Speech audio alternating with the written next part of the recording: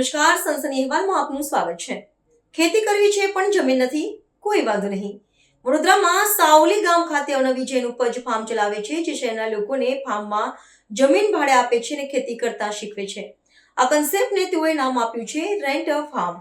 ઉપજ ખાતે rent a farm વિચાર હેઠળ શહેરના પરિવારોને 6 મહિના માટે 500 ચોરસ મીટર, 6 મહિના માટે 500 ચોરસ મીટર ભાડે આપવામાં આવી છે। અહીં માત્ર જમીન આપીને જવાબદારી પૂર્ણ થતી નથી, પરંતુ અવની જૈન પોતે દરેક પરિવારને ખેતીની સમગ્ર પ્રક્રિયા સમજાવે છે, જેમાં માટીની ઓળખ, કમ્પોસ્ટ બનાવવાની રીત, બીજ વાવવાની પ્રક્રિયા, રોપા તૈયાર કરવા, કોમ્બિનેશન પ્લાન્ટેશન, જીવામૃત અને ઓર્ગેનિક ખાતર બનાવવું, જંતુથી પ્રાકૃતિક રીતે બચાવવું, છોડની સંભાળ, કટિંગ અને પ્રુનિંગ જેવી તમામ પ્રવૃત્તિઓ તેઓ જાતે શીખવાડે છે।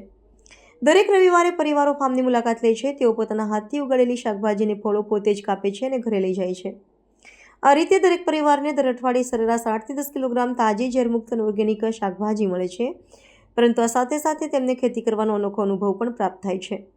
અવની જૈને આ અંગે વધુ માહિતી આપતા જણાવ્યું હતું કે શહેરમાં રહેતા ઘણા લોકો ખેતી કરવા ઈચ્છે છે, પરંતુ તેઓ પાસે પોતાની જમીન અને ખેતી બંનેનો અનુભવ નથી।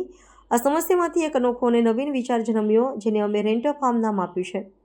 આ કન્સેપ્ટનો સૌથી મોટો ફાયદો એ છે કે શહેરના લોકો, ખાસ કરીને બાળકો, પ્રકૃતિ સાથે સીધો સંપર્ક સાધે છે। માટી સાથે રમતા, છોડ ઉગતા જોતા અને પોતે ઉગાડેલું ખોરાક ખાતા તેઓ પ્રાકૃતિક મહત્વ સમજે છે। પરિવાર સાથે મળીને ખેતી કરવાથી સંબંધોમાં પણ નજીકતા વધે છે અને જીવનમાં એક અલગ જ શાંતિનો અનુભવ થાય છે। વડોદરા નિવાસી અવની જૈન વ્યવસાય આર્કિટેક્ટ છે। નાનપણમાં તેઓ દાદા-દાદી સાથે ખેતરે જતા, માટીની સુગંધ, પાકની જાળવણી અને પ્રકૃતિ સાથેના આત્મીય સંબંધ જેવી યાદોને તેમણે પોતાના ફાર્મના વિકાસમાં અને અન્ય પરિવારોને પણ આ અનુભવ થાય તે માટે અનોખો કન્સેપ્ટ અપનાવ્યો છે। 2011માં તેમણે મધ્યપ્રદેશમાં અમૃત કૃષિ વિજ્ઞાન કેન્દ્રના ડોક્ટર દીપક સચદેવ પાસેથી ખેતીના મૂળભૂત તેમજ વૈજ્ઞાનિક પાસાઓનો અભ્યાસ કર્યો। આ ઉપરાંત પરમાકલ્ચર, ઓર્ગેનિક ફાર્મિંગ અને મિયાવાકી જેવી વિવિધ ખેતી પદ્ધતિઓનું પણ તેમણે ઊંડાણપૂર્વક જ્ઞાન મેળવ્યું છે। આજે છેલ્લા 16 વર્ષથી અવની જૈન ઉપજ ફાર્મ સફળતાપૂર્વક ચલાવી રહ્યા છે। હાલમાં આશરે 25 જેટલા પરિવારો નાની મોટી જમીન ભાડે લઈ નિયમિત રીતે ખેતી કરી રહ્યા છે। જમીન સાથે જોડાવાનો જે અનુભવ શહેરના લોકો પાસે નથી, તે આ રેન્ટ અ ફાર્મ કોન્સેપ્ટ દ્વારા તેમને મળે છે। તેથી લોકો ઓર્ગેનિક શાકભાજી મેળવવાની સાથે સાથે ખેડૂત તરીકેની જીવનશૈલી અપનાવતા અનોખો અનુભવ કરી રહ્યા છે। એક દંપતી, મોહિત ટેલિયાની અને આયંકાએ પોતાના અનુભવ શેર કરતા જણાવ્યું હતું કે તેઓ છેલ્લા 4 વર્ષથી રેન્ટ અ ફાર્મ કોન્સેપ્ટ સાથે જોડાયેલા છે।